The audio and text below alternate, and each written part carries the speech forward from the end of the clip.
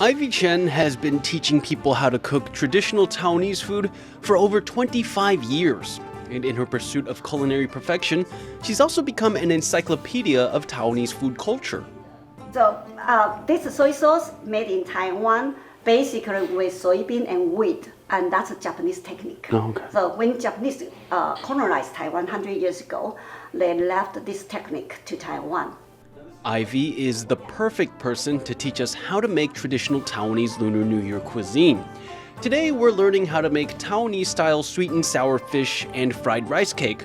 Each dish has an important role to play during the Lunar New Year. And fish in the New Year, symbolic meaning is 年年有余. So it means you have abundant food for the next year.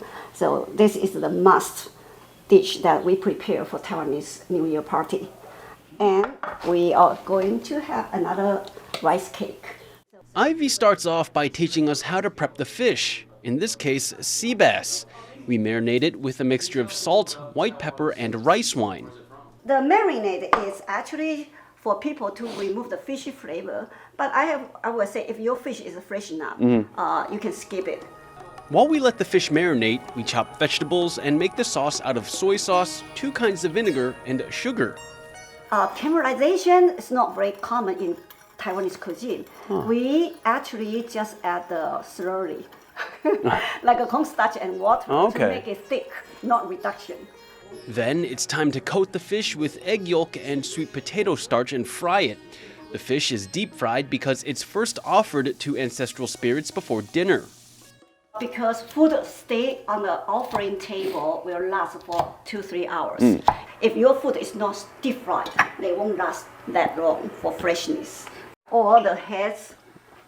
Head first. One side. Okay, yeah. like this? Yeah, like this. Okay. Let go, hold the tail. Oh. Yes. Yeah, great. After that, we cook the vegetables, finish the sauce, and pour it over the fish.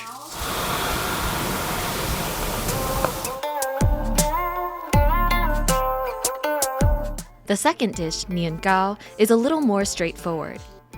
Nian gao, New Year rice cake. It's made from glutinous rice, and today I choose the red bean flavor. We make a wet batter out of cake flour, cornstarch, and egg.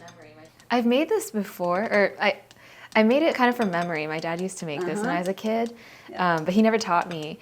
And so I would just dip nian gao in egg and then fry it. I didn't know to add flour or anything. Oh, okay.